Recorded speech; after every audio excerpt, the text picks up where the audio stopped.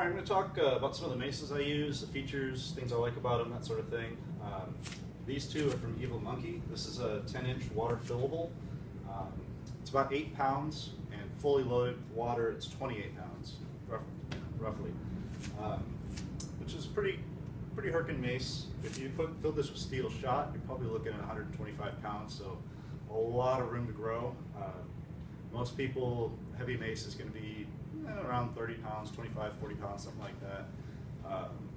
Really strong people will swing a 100-pound mace, but that's pretty rare and not likely what you're going to need.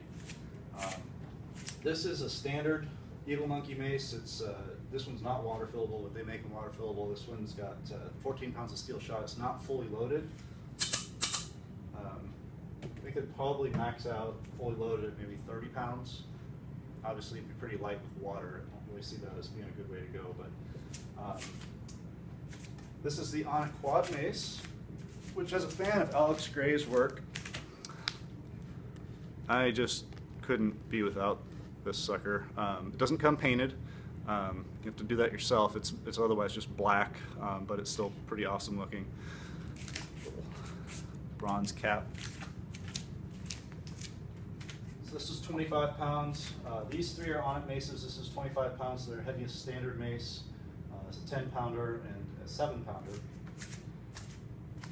And this is just your standard Gada.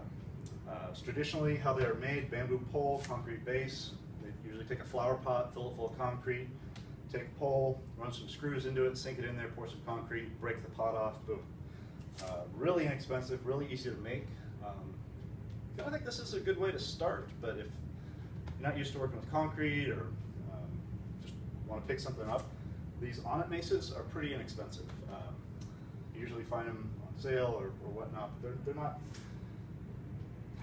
real spendy, but they're a little short.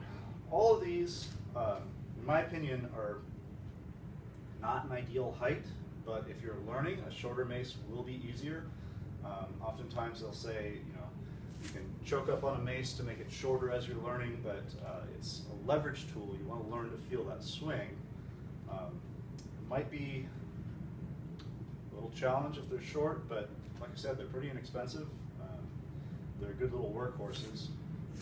These two weigh the same, so talking about height, it's a leverage tool. Just this little difference in height makes this one much more challenging to work with than that one. They both weigh 25 pounds, but this one, because it's longer, takes more work to swing it around. But they both feel really good. Another thing, I like the feel of natural materials, so bamboo feels really good in the hand. Wood feels really good. Steel, that's fine. There's a loadable mace out there called the Shoulder Rock, which kind of feels like you're holding a barbell. It's plate loadable, which if you happen to clip yourself with could be maybe a problem, but let your judgment be the guide with that one. These I like in terms of loadable maces. I mean, this one you can hike out somewhere, just fill it with some water from the lake, that type of thing, which I think is a pretty cool feature because sometimes loading equipment around to outdoors can be a little laborious. But at 8 pounds unloaded, this is pretty easy to move around. By and large, this one's my favorite. I like the diameter at the base. This one I haven't quite gotten super fluid with. Every once in a while I'll feel it graze the hairs in the back of my leg, which it's just going to hit meat when it swings back there, but that's just proprioception, something I will have to practice and learn and get better at. But this one I'm real comfortable with. I've had it a long time. I pretty much immediately started filling it because 7 pounds is pretty light, but if you're just starting out, this one's got a lot of room to grow into. Whereas, say you start off with like a 10-pound Onnit mace, it's a great place to start. I use all these maces for different things, but when this one becomes too light for you, you got to buy a new one. Whereas with a loadable, you just keep adding weight. But that being said, I got this one. This one's about 21 pounds. I start off with 10 pounds. Then I'll swing heavier and heavier. I'll just do reps working up to the heavier weights. But that being said, I get accustomed to swinging this one 25 pounds, and I go to this one 21 pounds because of the leverage. It feels different. It's just a different swing. You'll notice from the video preceding, I was swinging this one and this one, 25 pounds, 28 pounds. This one's a shorter arc. You're going to get a lot more reps in with this. This one's a nice, long, big swing.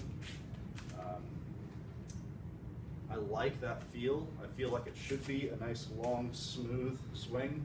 This one kind of gets a little choppy, but I like both those features for different reasons. Anyhow, those are just my thoughts on some of these maces. Enjoy.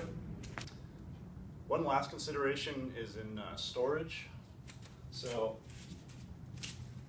traditional mace, flat bottom, you can just leave them on the floor. However, in my gym, I don't have a lot of floor space.